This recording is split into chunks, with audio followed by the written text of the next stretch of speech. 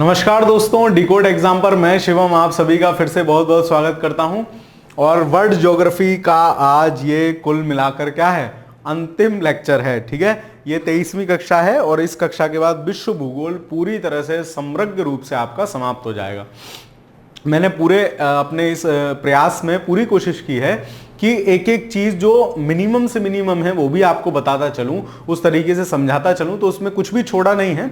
और यकीन मानिए कि इससे बेहतर तरीके से शायद आप कर पाएं, है ना। मतलब कर सकते हैं, आपकी उन पे मुझे शक नहीं है, आप बेहतर और बेहतर कर सकते हैं। लेकिन ये पूरा अगर आप देखेंगे ना, 17-18 घंटे के टोटल लेक्चर होंगे। इनको आप अगर 2x करके रिवीजन भी करना चाहें तो आप 7-8 घंटे में पूरा वर्ल्ड ज्योग्राफी रिवाइज कर सकते हैं, चीजों को याद कर सकते हैं अच्छे से, है ना। मैंने बहुत सारी वीडियोस में पीछे मैप्स भी यूज किए हैं और बहुत सारी इनोवेटिव चीजें भी की हैं। ठीक है, चलिए तो आज इस अंतिम कक्षा में, है ना, अंतिम हमारे यहाँ किसी चीज का होता है तो भारतीय संस्कृति में उसको उद्यापन बोलते हैं ना, तो ऐसे ही मान लीजिए आज ये विश्व भूगोल का उद्यापन है। खैर चलिए, 23वीं कक्षा है तो आज मानचित्रण और लास्ट में विविध वाला जो चैप्टर है उसको हम देखते हैं, उसको करने का प्रयास करते हैं। तो मानचित्रण बेसिकली वो मानचित्रण नहीं है जो आप मैं देख पा रहे हो इसमें मतलब अलग से क्वेश्चन है तो इन्होंने इसको मानचित्रण नाम दे दिया। चलिए, तो इसका पहला सवाल है, समदाब रेखाओं को दर्शाने वाला दैनिक मौसम मानचित्र उदाहरण है। जैसे होता क्या है, जब आप पृथ्वी पर देखते हो तो हमने पृथ्वी पे भी प्रेशर बेल्ट पढ़ी कि भाई पृथ्वी पर प्रेशर बेल्ट कहाँ कहाँ है। जब मैं आपको प्रेशर बेल्ट शायद एनसीईआरटी में पढ़ा रहा था तो मैं आपको क्या बताया, टेम्परेचर ज्यादा होता है तो लो प्रेशर बेल्ट होती है, इक्वेटोरियल लो प्रेशर बेल्ट कहते हैं। ये तापीय कारण से, इसी प्रकार ये तापीय कारण से दो बेल्ट होती है जिसको क्या कहते हैं, पोलर हाई प्रेशर बेल्ट कहते हैं। ठीक है, ये सब कहानी में समझा चुका हूं, यहां ये समझाने नहीं बैठ रहा हूं। तो इसी प्रकार समदाब रेखाओं को मिलाने वाली, जैसे मान लो ये पृथ्वी पर है और पृथ्वी पर यहां एक ही दाब है, यहां एक ही दाब है, ऐसे करके इन एरिया में, तो ये जो रेखा होगी जो इन एरियाओं को मिलाएगी, ये पूछ रहा है, ये समदाब है। ये समताब लिखा है, समताब नहीं है, समदाब है। ठीक है, कंफ्यूजन ना हो। तो समदाब रेखाओं को दर्शाने वाला दैनिक मौसम मानचित्र किसका उदाहरण है, तो उसको इंग्लिश में कहते हैं आइसोप्लेथ ही बेसिकली याद भी रहता है लोगों को, लेकिन हिंदी में इन्होंने इसको दिखा है सममान रेखा मानचित्र, तो यही इसका सही आंसर है। आइसोप्लेथ आप याद रखेंगे क्योंकि इंग्लिश में ही ये ज्यादातर पूछा जाता है। तो पहले का आंसर क्या हो जाएगा, बी। अगला सवाल देखते हैं, आइसोगोनिक रेखाएं क्या हैं।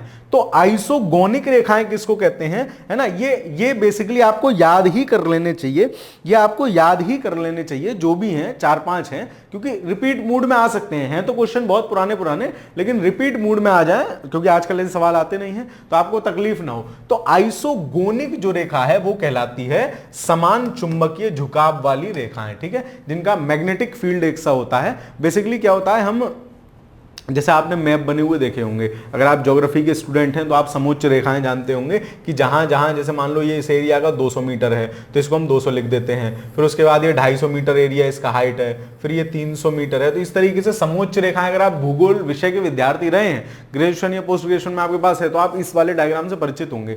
इसी प्रकार से जहां जहां सेम चुंबकीय क्षेत्र होता है, सेम चुंबकीय रेखाएं होती हैं, उनका भी डायग्राम इसी प्रकार से बन जाता है। इसको क्या बोलते हैं हम, आइसोगोनिक रेखाएं। तो सेकंड का आंसर क्या हो जाएगा, ऑप्शन नंबर डी। अगला सवाल देखते हैं, अब आपसे पूछ रहा है आइसोबाथ दिखाती है।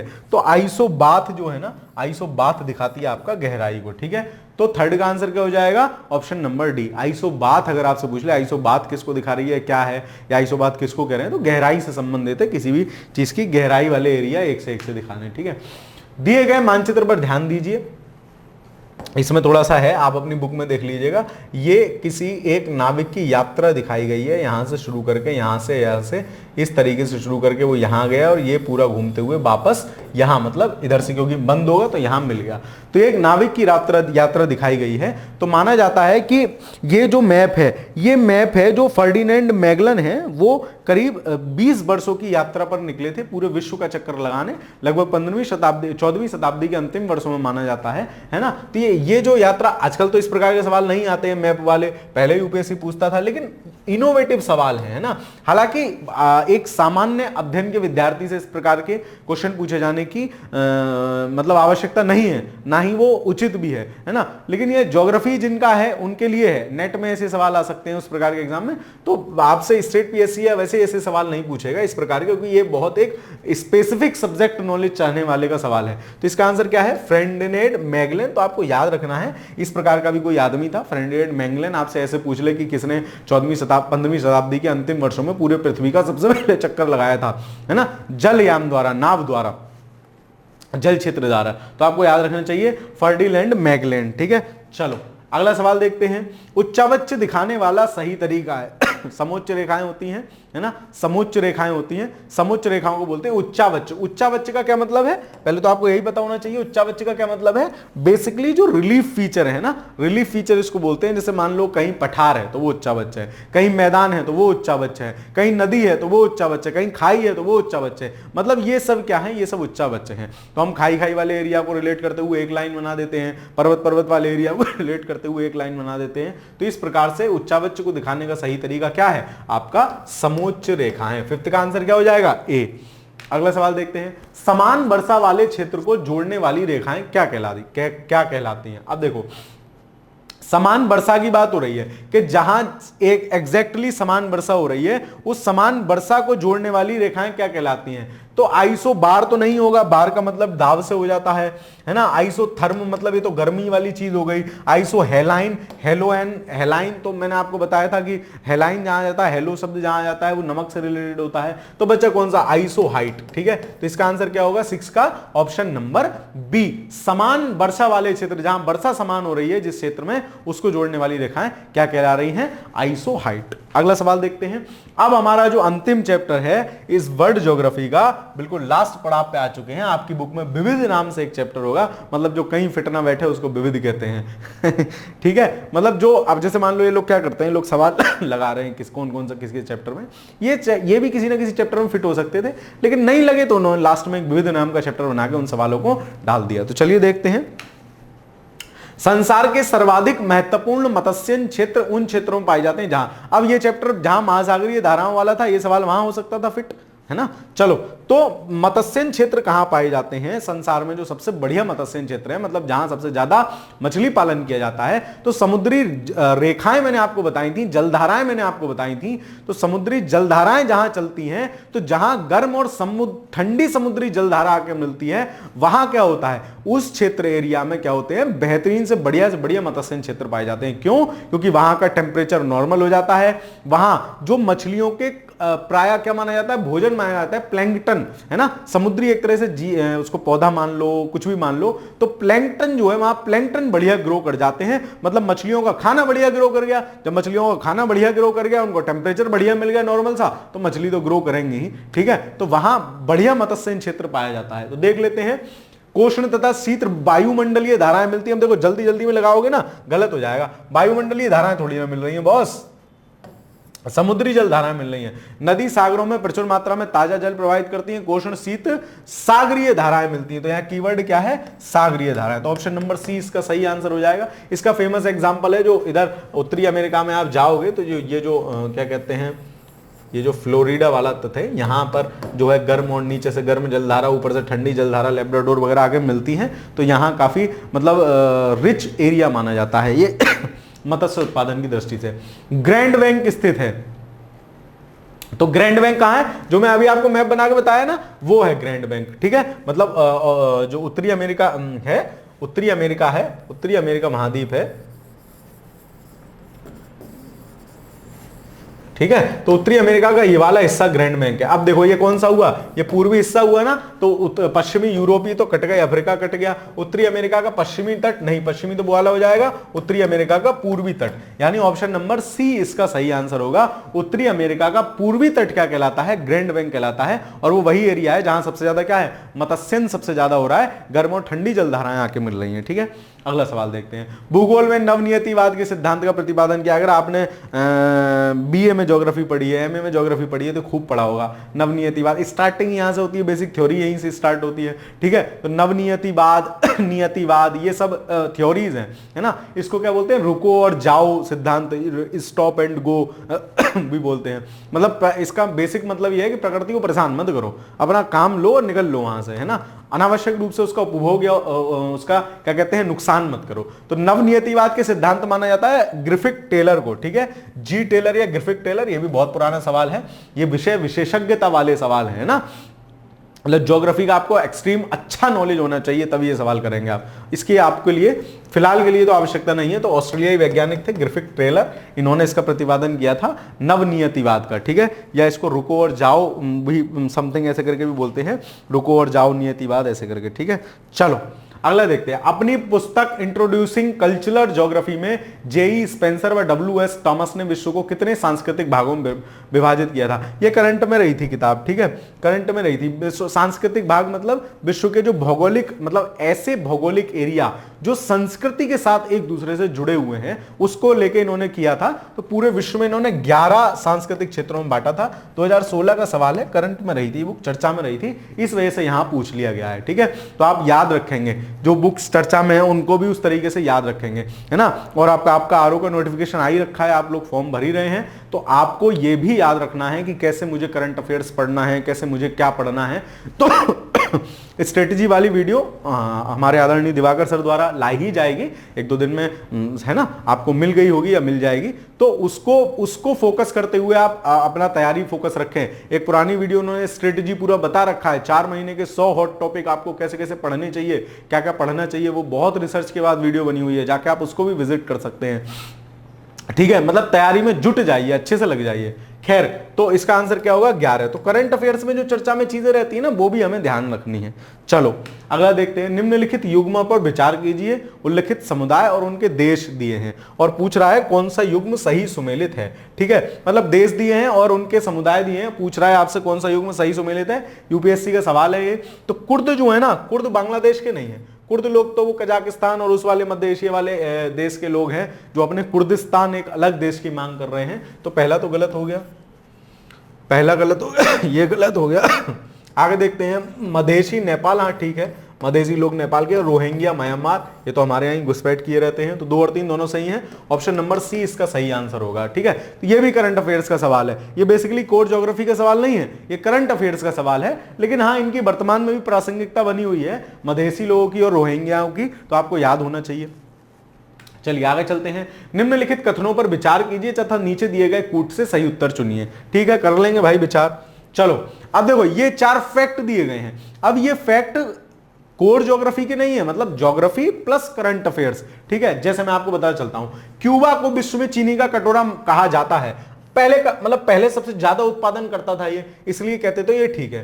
हांगकांग चीन का विशिष्ट प्रशासनिक प्रदेश है, ये भी सही है। हांगकांग और चीन की आपस में कुछ ना कुछ टेमे चलती रहती है, तो आपने अगर एक आध बार उसके बारे में न्यूज पढ़ रखा है तो आपको पता होगा। जैसे आजकल हमास और इजराइल का, हमास ने लह रॉकेट दाग दिए, 5000 रॉकेट दाग दिए, आप समझ रहे हो, 5000 रॉकेट इजराइल के पास दाग दिए। इजराइल खुद शैतान देश है, तो वो कह रहा है अब हम युद्ध की स्थिति में, अब हम इनकी ऐसी तैसी करेंगे, तो कर भी रहा है ना। तो अब ये एक युद्ध, मतलब मिडिल ईस्ट में क्या कहते हैं उसको, स्वत्व का युद्ध छिड़ गया है। और भाई इजराइल के ऊपर अमेरिका का भी हाथ है, तो मतलब और भी उसके जियोपॉलिटिकल आप समझेंगे ना, तो कुछ और ऐसी चीजें हो रही हैं जिसकी वजह से ये सिस्टम, या हमास ने अटैक किया है ना, उसको यहां मतलब समझाना उचित नहीं रहेगा। फिर किसी कक्षा में अगर मौका मिलेगा तो बताऊंगा। चलो, मैंने आपको पहले ही बताया, क्योंकि मैं राजनीति विज्ञान का विद्यार्थी हूं, ठीक है ना, उसी का शोध छात्र हूं, तो मुझे वहां ज्यादा इंटरेस्ट है, वो चीजें ज्यादा अच्छे समझ में आती हैं। चलो, हांगकांग चीन का विशिष्ट प्रशासनिक प्रदेश है, तो ये बिल्कुल ठीक है। संसार में संयुक्त राज्य अमेरिका दूध का अग्रणी उत्पादक है, ना जी, दूध दही तो अपने यहां से ज्यादा कौन खाता है, तो दूध के सबसे अग्रणी उत्पादक हम हैं, ठीक है, भारत है। तो तीसरा गलत हो गया, तीसरा गलत, तो ये गलत, ठीक है। अब आ जाओ, ऑस्ट्रेलिया एक संघीय राज्य है। हाँ, ऑस्ट्रेलिया में छोटे छोटे राज्य हैं भाई, वेस्टर्न एरिया है, क्वींसलैंड है, न्यू वेल्स है, तो इस तरह से ऑस्ट्रेलिया में अलग अलग प्रदेश हैं, शायद 6 हैं।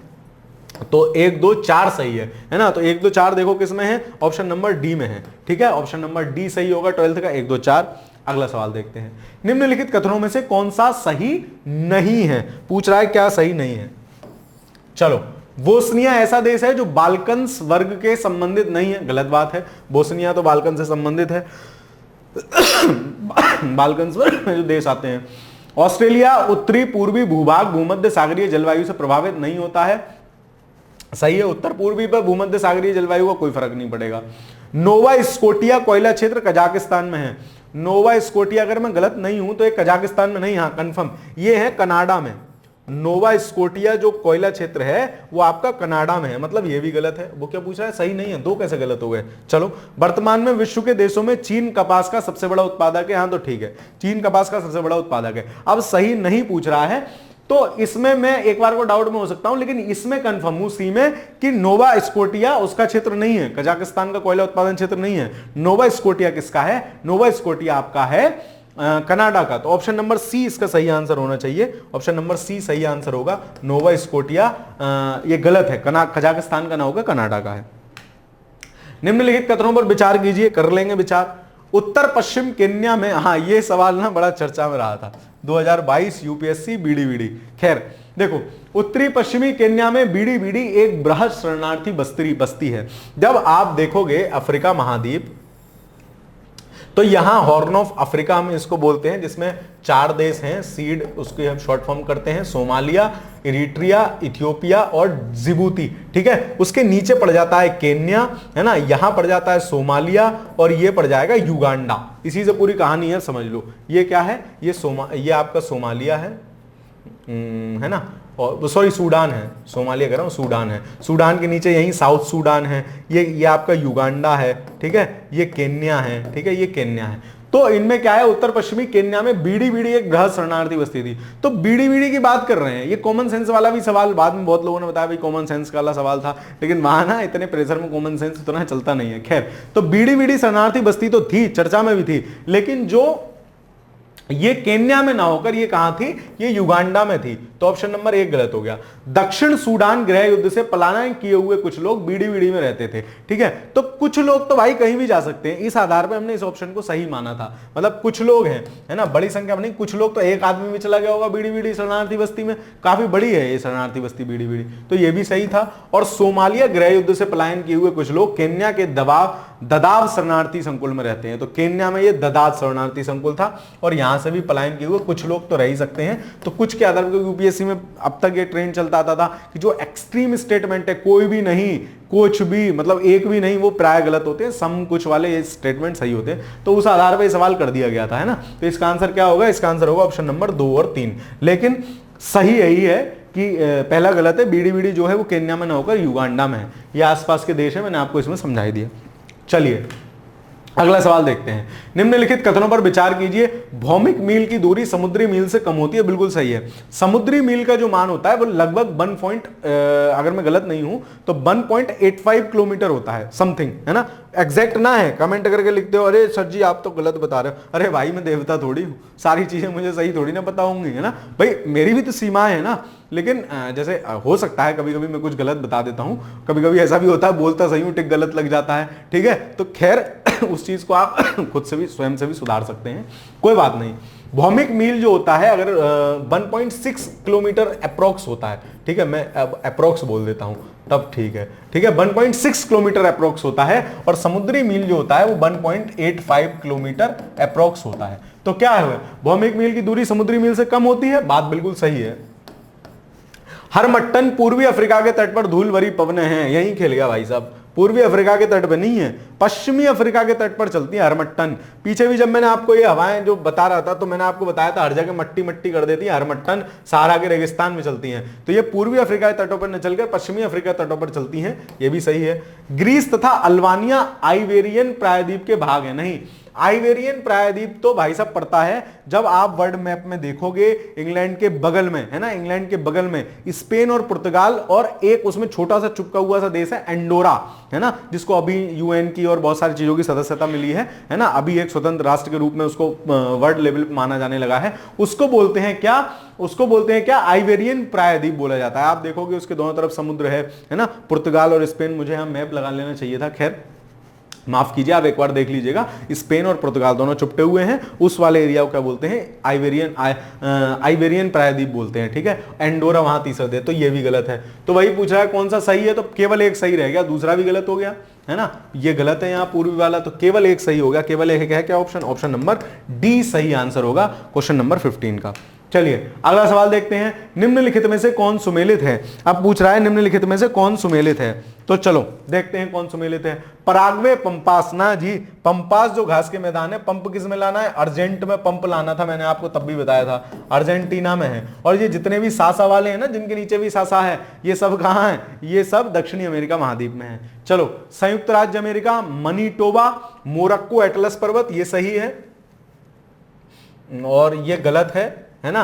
ऑस्ट्रेलिया किम्बरले, ये भी गलत है भाई, किम्बरले तो साउथ अफ्रीका में है, हीरे की खान है सर, किम्बरले ऑस्ट्रेलिया में कहां होगी, ये गलत है। और ये भी गलत है, संयुक्त राज्य अमेरिका मनीटोबा नहीं है, मनीटोबा जो है कनाडा का एक प्रदेश है, अगर मैं गलत नहीं हूं तो, कनाडा का एक प्रदेश है मनीटोबा, तो ये भी गलत है। आपसे पूछ रहा है कौन सुमेलित है, अरे सर ये तो बहुत सरल सा हो गया, सी सही सुमेलित है, मोरक्को, है ना। एटलस पर्वत आप देखोगे ये यहां पड़ता है, एटलस पर्वत, ठीक है, मोरक्को में, ठीक है। चलो ये क्या बना दिया मैंने, अफ्रीका। आगे देखते हैं सूची 1 को सूची 2 के कूट के आधार पर सुमेलित कीजिए। चलो, इस प्रकार के सवाल ना आपको छोड़ने नहीं है, ये सवाल देखने में लगते हैं अरे यार टाइम बहुत लेगा, टफ है, अरे मम्मी मैं कैसे करूंगी, मतलब करूंगा, है ना, तो इसको ऐसे नहीं डरना है।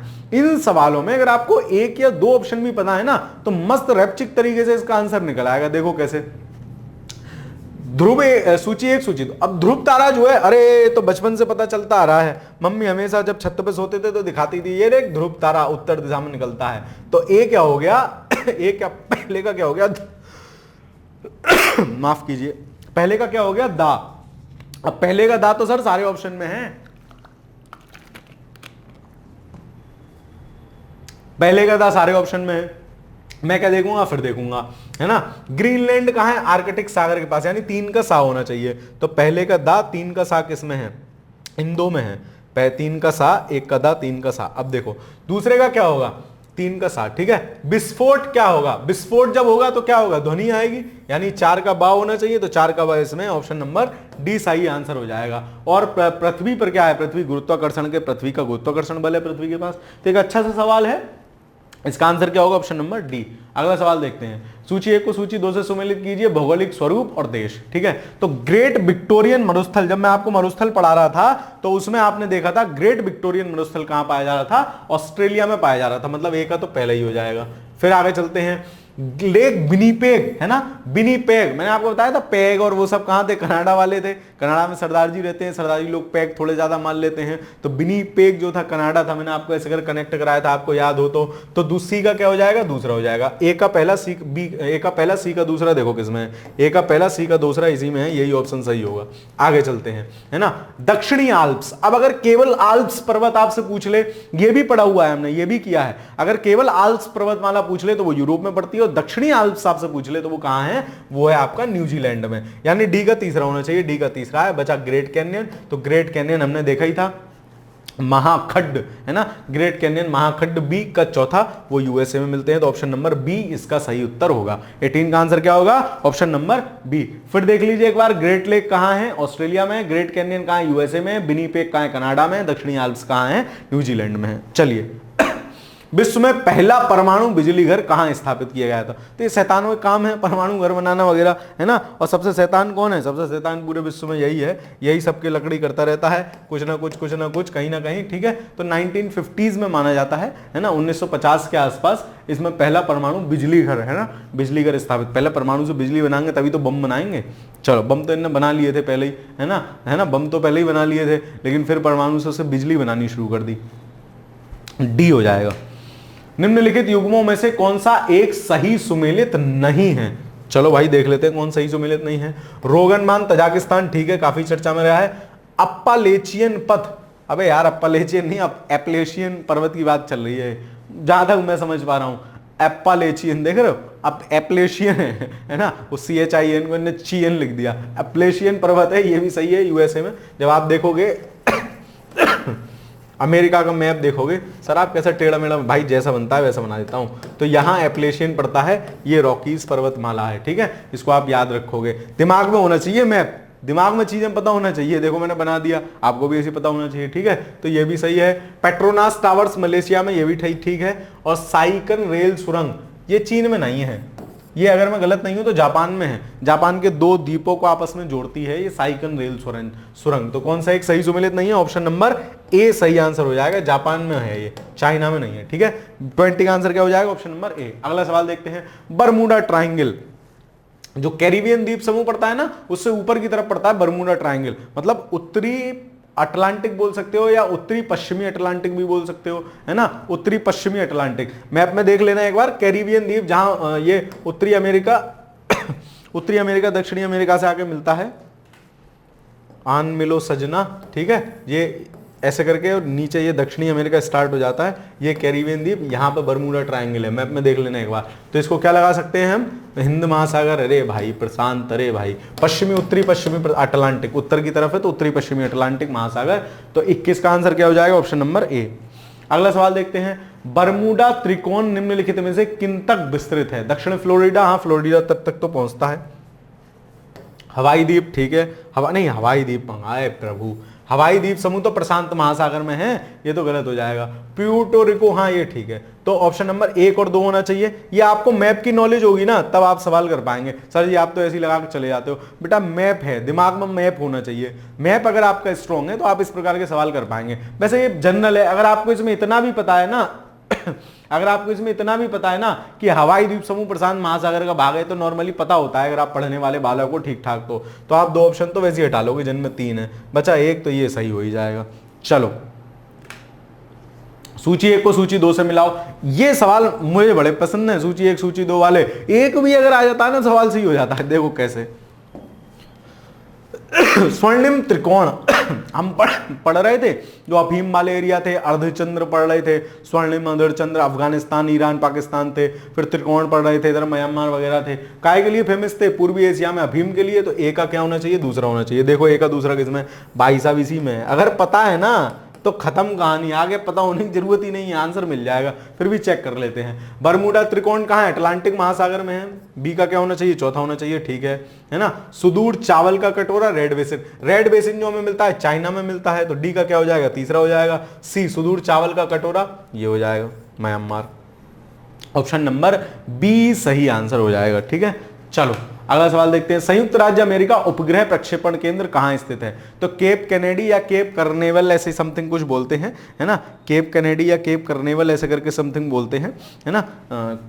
केनेरेवल या केनबरल ऐसे करके कुछ बोलते हैं, देख लेना। केप कैनेडी में है, ठीक है। तो इसका आंसर क्या हो जाएगा? ऑप्शन नंबर डी, संयुक्त राज्य अमेरिका का उपग्रह प्रक्षेपण केंद्र, ठीक है। क्योंकि ये एक विशेष स्थिति, विशेष उनको देख के लगाए जाते हैं और उसी डायरेक्शन में घूमना होता है उसको, जिस डायरेक्शन में जो है पृथ्वी घूम रही है पश्चिम से पूर्व की तरफ। तो ये इनका टेक्निकलिटीज होती हैं, कभी साइंस सेट पढ़ेंगे तो अच्छे से समझेंगे, ठीक है। चलो तो ये आपको फैक्ट के तौर पे याद रखना है, अमेरिका का प्रक्षेपण केंद्र कहां है। जैसे करंट अफेयर्स में भी आ जाएगा। अब जैसे अभी हमने चंद्रयान 3 लॉन्च किया है, तो उससे रिलेटेड फैक्ट्स को आप कलेक्ट करके रखिएगा, परीक्षा में पूछे जा सकते हैं, है ना। अब बाकी अब ये इजराइल हमास वाला चक्कर चल रहा है, तो यहाँ के मिडिल ईस्ट के कौन कौन से सागर समुद्र आसपास जो भी सिस्टम है उसको, आसपास देश कौन कौन से हैं, क्या क्या है, उसको एक बार समझ के रखिएगा, है ना। तो जो ज्यादा थोड़ा सा एक्टिंग चीज हो, ज्यादा थोड़ा सा करंट में, क्योंकि अब इतनी जल्दी शांत नहीं होगा मामला। जैसे यूक्रेन वाला अभी तक चल रहा है, थोड़ा सा वहां के भी आपको नॉलेज होनी चाहिए। खैर चलो, निम्नलिखित देशों में से किस एक के उपग्रहों से अंटार्कटिका का विस्तृत एवं संपूर्ण मानचित्र बनाने में सहायता मिली है? तो कनाडा का था, वो कुछ प्रोड सेट करके समथिंग ऐसे था, उसी से हमने अंटार्कटिका का पूरा वो बना के ओजोन लेयर वेयर उसका पूरा सिस्टम देखा कि हाँ भाई यहाँ दिक्कत हो रही है, ये वो। तो कनाडा का उपग्रह था। बहुत पुराना सवाल है, चलिए ये करंट से ही था, है ना। निम्नलिखित में से कौन सा युग्म सही सुमेलित नहीं है? फोन आल्प्स पर्वत, बोरा साइबेरिया, मिस्ट्रल राइन, खमसिन मिस्र। तो इसमें जो सही सुमेलित नहीं है ना, वो आपका कौन सा है? फोन आल्प्स पर्वत के पास चलने वाली हवाएं हैं, ठीक है।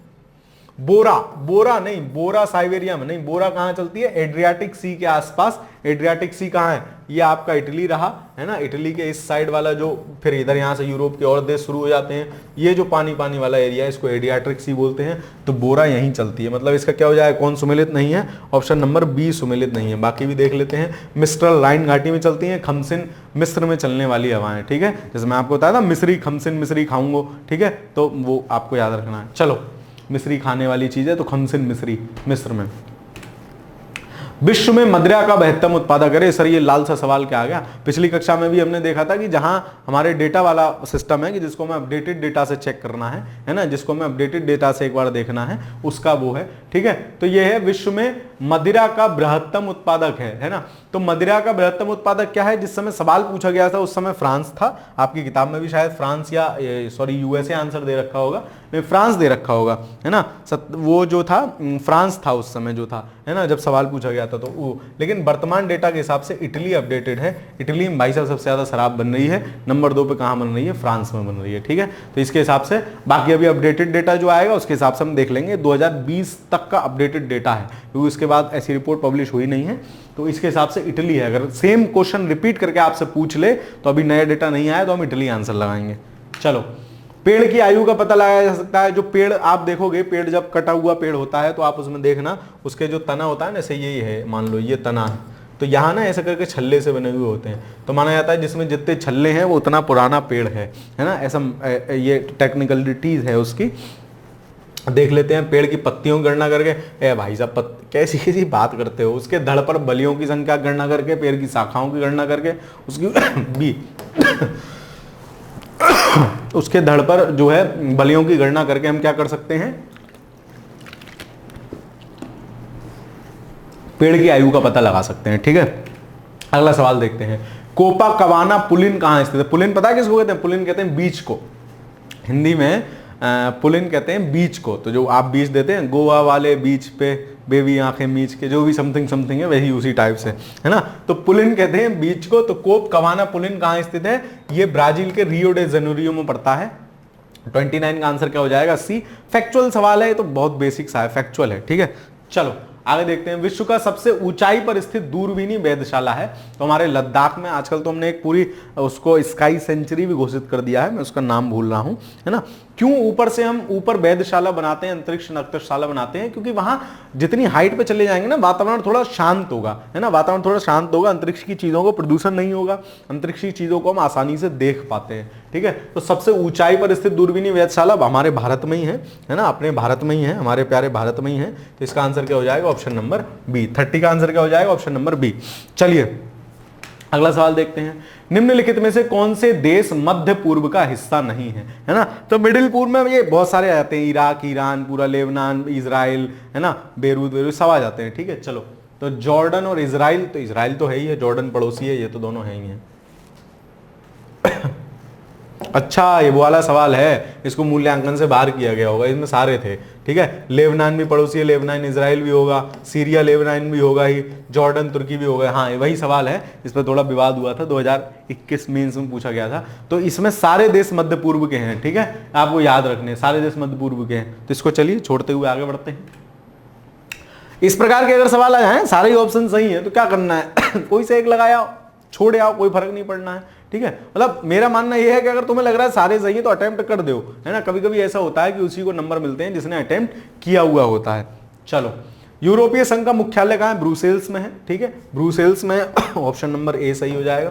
ये जैसे जो संगठन चर्चा में रहते हैं ना, अब जैसे G20 है ना, तो वो आपको पता होना चाहिए। उसके बाद G20 सवाल इस बार जरूर आ जाएगा कुछ ना कुछ, तो आपको उसके क्या क्या है, उसकी थीम भारत की क्या थी, कहाँ से लिया गया है, वसुधैव कुटुंबकम, कमल की कितनी पत्तियां थी, क्या क्या था, वो पूरा ड्रामा आपको पता होना चाहिए। एक सवाल वहां से टपकेगा, है ना। तो ये करंट के कुछ हॉट टॉपिक्स हैं जहां से सवाल आने की संभावना ज्यादा होती है। तो यूरोपियन यूनियन की बैठक रही होगी इस साल, है ना, बैठक हुई होगी, कुछ विशेषता रही होगी, तो वो आपको पता होना चाहिए, ठीक है। चलिए, ब्रुसेल्स में है। निम्नलिखित में से कहां अंतरराष्ट्रीय समुद्री संगठन का मुख्यालय स्थित है। अब अंतरराष्ट्रीय समुद्री संगठन का मुख्यालय आपसे पूछा जा रहा है कि कहां है, ठीक है। तो ये अंतरराष्ट्रीय समुद्री संगठन का जो मुख्यालय है वो आपका है लंदन में, ठीक है, लंदन में। क्यों, क्योंकि भाई साहब इंग्लैंड वाले क्या थे, समुद्री आर्मी उनकी बहुत स्ट्रांग थी पहले, है ना, समुद्री आर्मी बहुत स्ट्रांग थी, बहुत मतलब ऐसा याद कर सकते हो।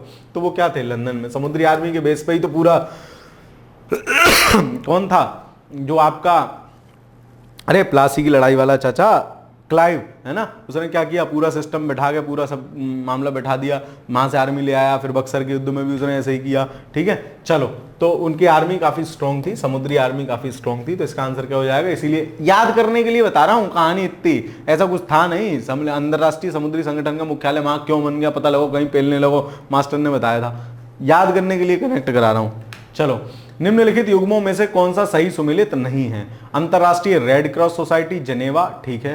अंतरराष्ट्रीय न्यायालय द हेग, ठीक है, नीदरलैंड्स में। यूरोपीय आर्थिक समुदाय ब्रुसेल्स, बिल्कुल ठीक है। खाद्य और कृषि संगठन, ये न्यूयॉर्क में नहीं है भाई साहब, ये सही है, ये सही है, ये सही है, ये आपको याद करने पड़ेंगे, ठीक है, याद करने पड़ेंगे। न्यूज वगैरह पढ़ते रहते हैं तो उनमें आते रहते हैं बार बार, जैसे ये तो सामान्यतः सबको याद होता है, ये भी पता ही होता है। खाद्य और कृषि संगठन कहां पे है?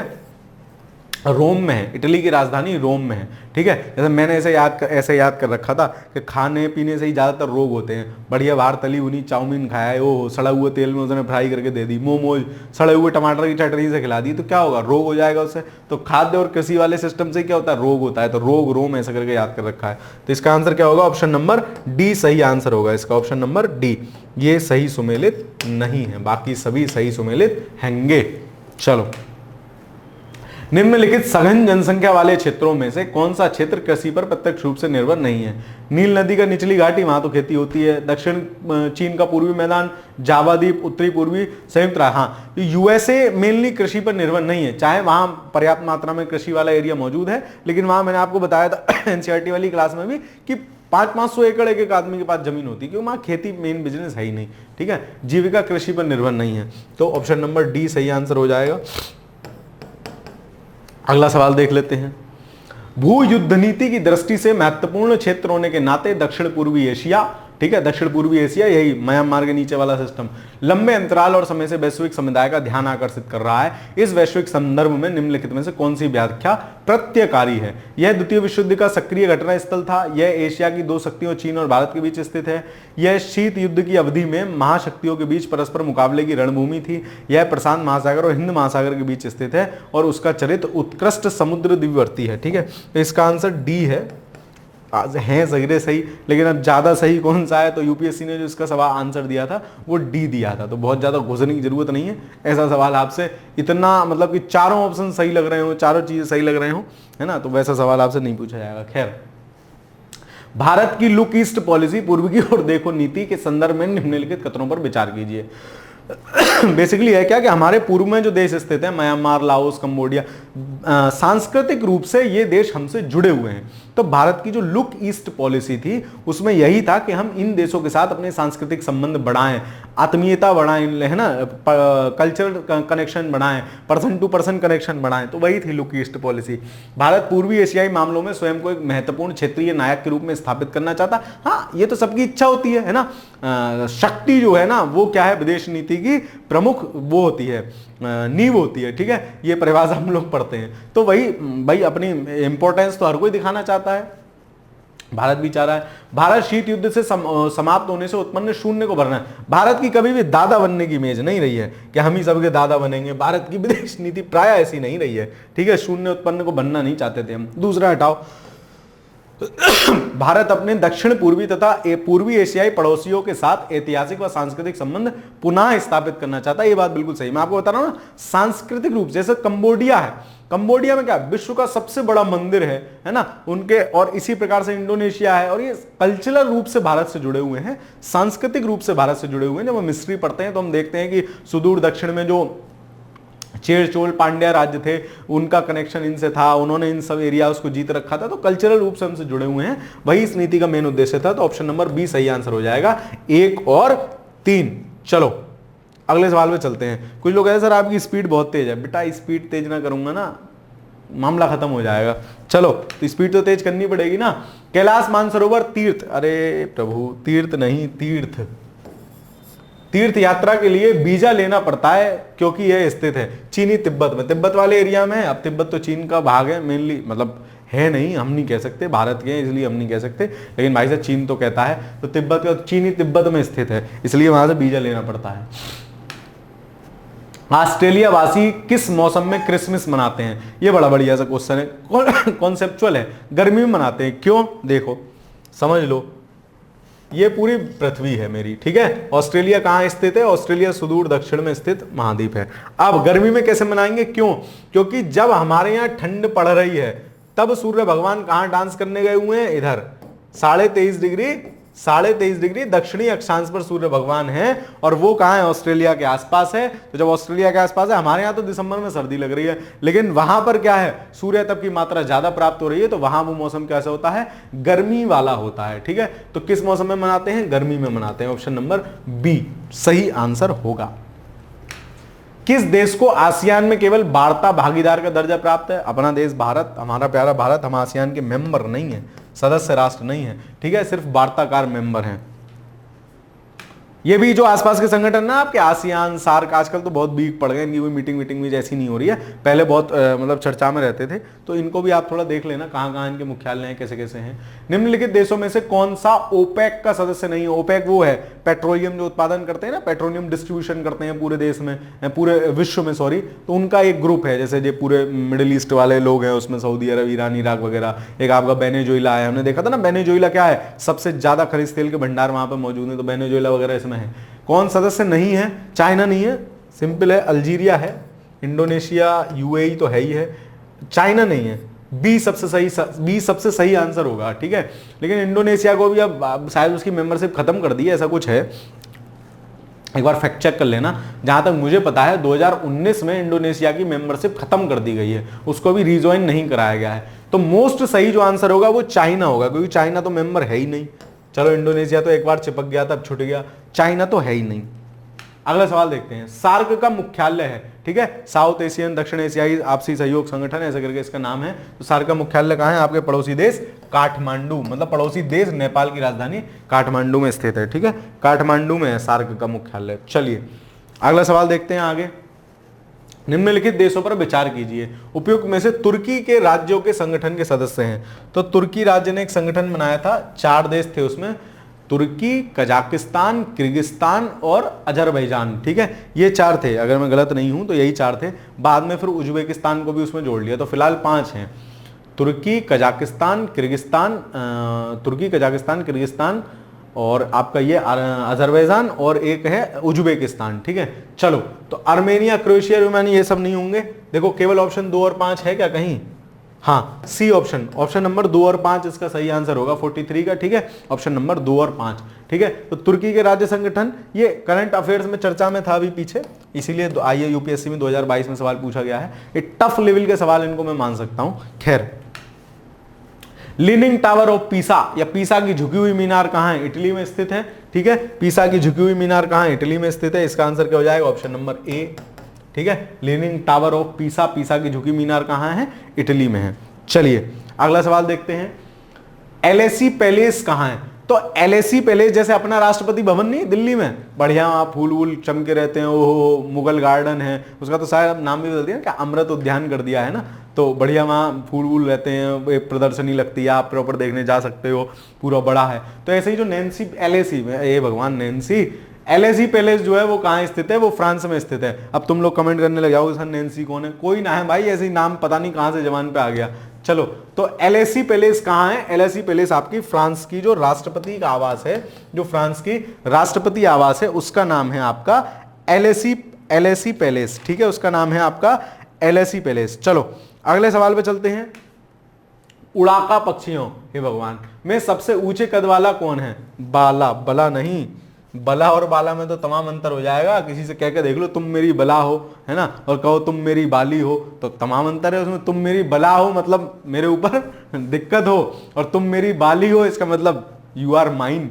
चलो खैर, तो उड़ाका पक्षियों में सबसे ऊंचे कद वाला कौन है? तो उड़ाका मतलब हो गए उड़ने वाले पक्षी। वैसे तो सबसे ऊंचा शुतुरमुर्ग हो जाएगा, लेकिन ये भाई साहब उड़ नहीं पाते, है ना। तो सबसे ऊंचा कौन हो जाएगा? इसका आंसर सारस, सही, ज्यादा सही सारस होना चाहिए। 46 का उड़ाका मतलब उड़ने वाले पक्षियों में सबसे ऊंचा अगर पूछता है तो सारस हो जाएगा। चलो, सबसे अधिक डाकघर किस देश में? अरे भाई साहब, हमारे यहाँ इतना आदमी है, इतनी चिट्ठी लिखी जाती थी पहले, तो कौए ले जाते थे चिट्ठी, लेकिन फिर डाकिया ले जाने लगे, तो सबसे ज्यादा डाकघर तो हमारे ही होंगे भाई। आदमी ज्यादा, चिट्ठी ज्यादा लिखेंगे, हम बड़ा सा देश हमारा, तो सबसे ज्यादा कौन लिखेगा? अरे तो वाली राइमिंग बन गई, कौन सी? अब छोड़ो, झिंगुर सा लड़का बोला वहां पे जावे ना, ऐसे ही मुझे लगा, मैंने ऐसे ही बोल दिया। तो सबसे अधिक डाकघर किस देश में है? सबसे अधिक डाकघर हैं आपके भारत में, ठीक है, अपने देश इंडिया में लगभग 1.5 लाख डाकघर हैं अपने यहाँ। अब तो वो इंडियन पोस्ट पेमेंट बैंक बना दिया है उनको, ठीक है। चलो, चेरनोबिल परमाणु आपदा घटित हुई थी। तो चेरनोबिल परमाणु आपदा, अगर मैं गलत नहीं हूं तो 1986 की है। यूक्रेन में चेरनोबिल परमाणु संयंत्र जो है पे उस पे गड़बड़ हो गया था मामला। तो ये किसका, वो पूछ रहा है कहां घटित हुई थी, तो यूक्रेन में। इसका आंसर क्या होगा? Ukraine, option number C. चलो आगे देखते हैं। लीप फॉरवर्ड पॉलिसी के कारण भुखमरी से लाखों लोगों की मृत्यु हुई थी। अरे भाई साहब, शैतान चाइना ने अपनाई थी लीप फॉरवर्ड पॉलिसी। इसमें क्या था? इसमें कहा था कि भाई साहब लोहा का उत्पादन करो, लोहा बनाओ मैक्सिमम, है ना, लोहा बनाओ मैक्सिमम। आदमी घुसेड़ दिए सब इसी में। पूरा इंडस्ट्रियलाइजेशन का एक तरह से दौर था इनके यहाँ। तमाम लोग मर गए उसमें, मतलब ज्यादा काम करने से, खाना ना मिलने से, वो सब होने से। तो फॉरवर्ड, लीप फॉरवर्ड पॉलिसी किसकी थी? चाइना की थी। लीप फॉरवर्ड पॉलिसी किसकी थी? चाइना की थी। तो ऑप्शन नंबर सी इसका सही आंसर हो जाएगा। 49 का लीप फॉरवर्ड पॉलिसी पूछ रहा है, किसकी थी? चाइना की थी।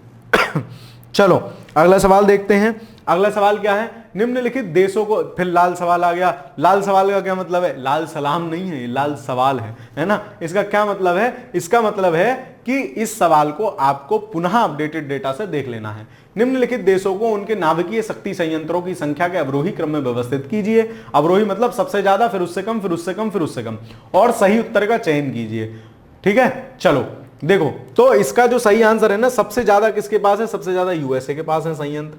तो इसका आंसर क्या हो जाएगा? 4। देखो किस किस में पहला है, इसमें।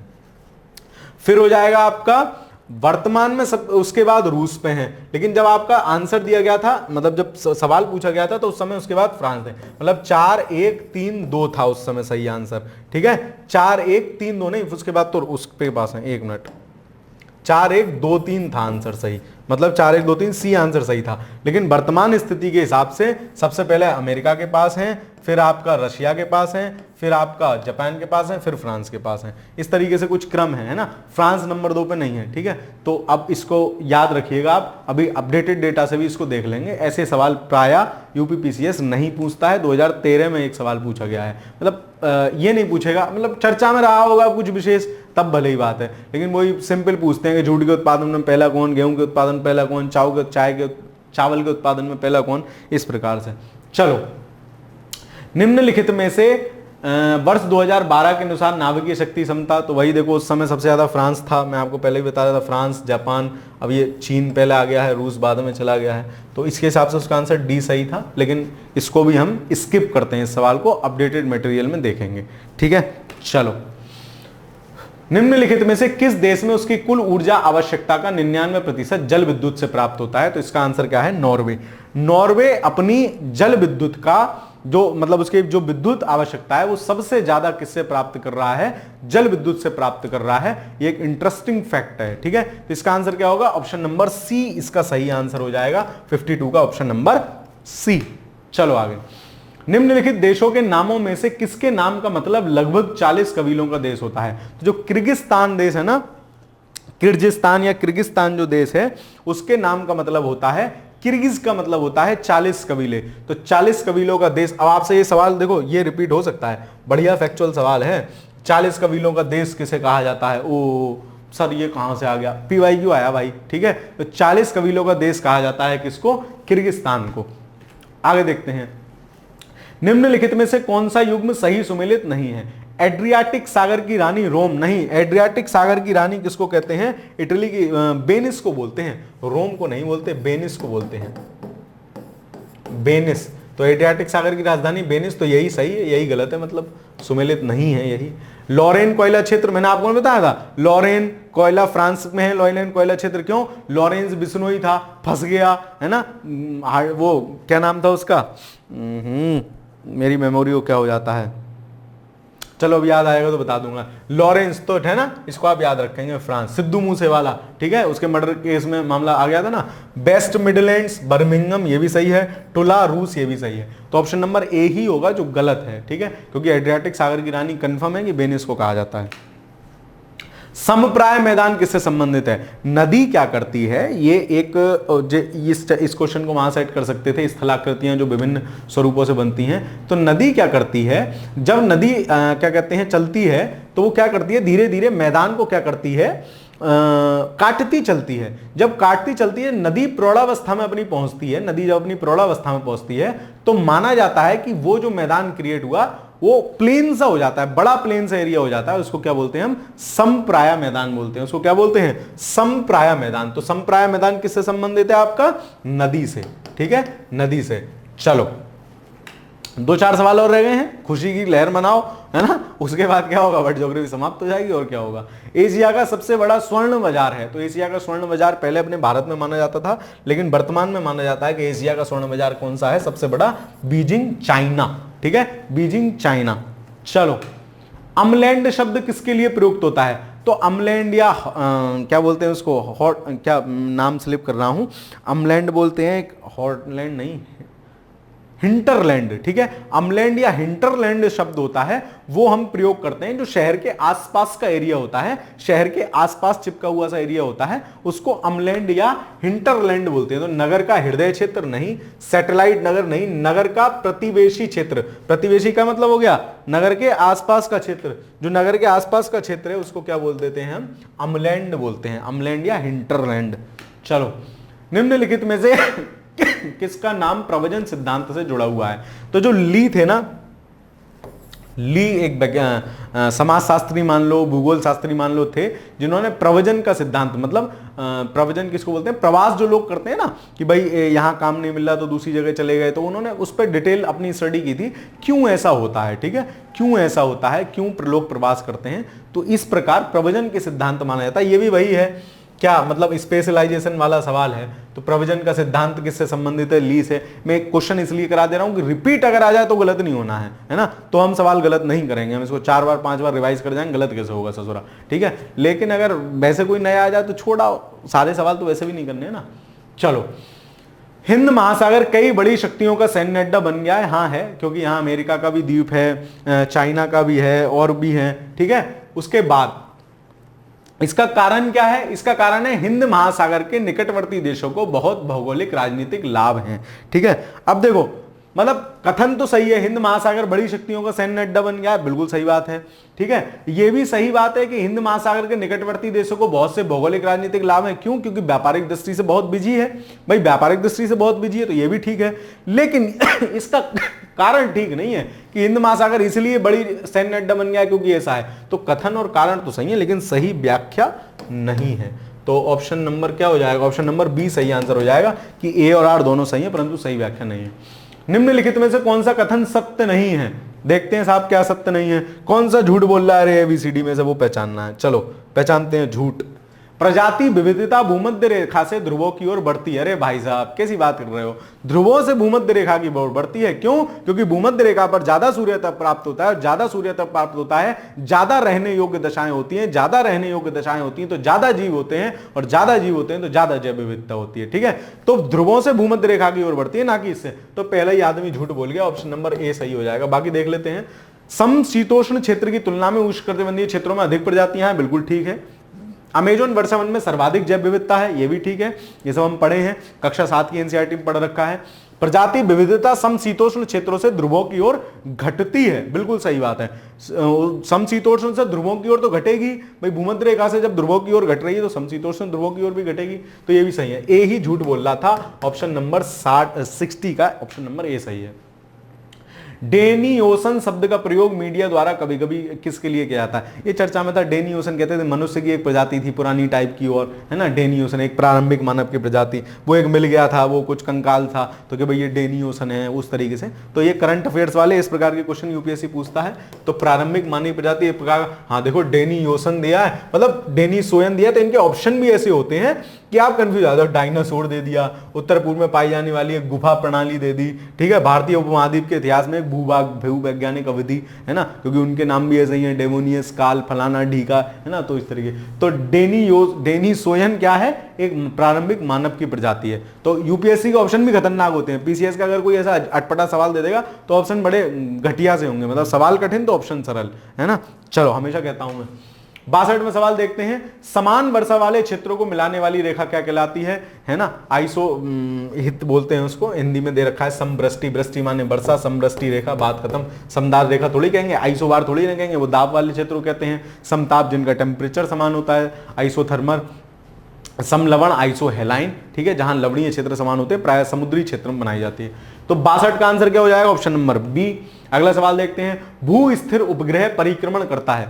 भू स्थिर उपग्रह होता है जो पृथ्वी पर क्या कहते हैं, एक ही लोकेशन पर स्थित रहता है, मतलब पृथ्वी के एक ही स्थान को देखता रहता है। बाकी तो घूमते हैं, घूमता ये भी है, लेकिन ये उस हिसाब से घूमता है कि जितने टाइम में पृथ्वी एक राउंड ले रही है, एक परिभ्रमण कर रही है, उतने ही समय भाई से चक्कर काट रहे हैं। तो एक स्थान विशेष के ऊपर ही फोकस किए रहते हैं, इसको क्या कहते हैं, भू स्थिर कक्षा कहते हैं। और ये एक निश्चित लोकेशन है, पृथ्वी से 35,786 किलोमीटर की हाइट पर जो है वो भू स्थिर कक्षा मानी जाती है। कितनी, 35,786। कहीं कहीं आपको 36,000 भी लिखा मिलेगा, लेकिन एग्जैक्ट उसका जो डेटा है 35,786 है।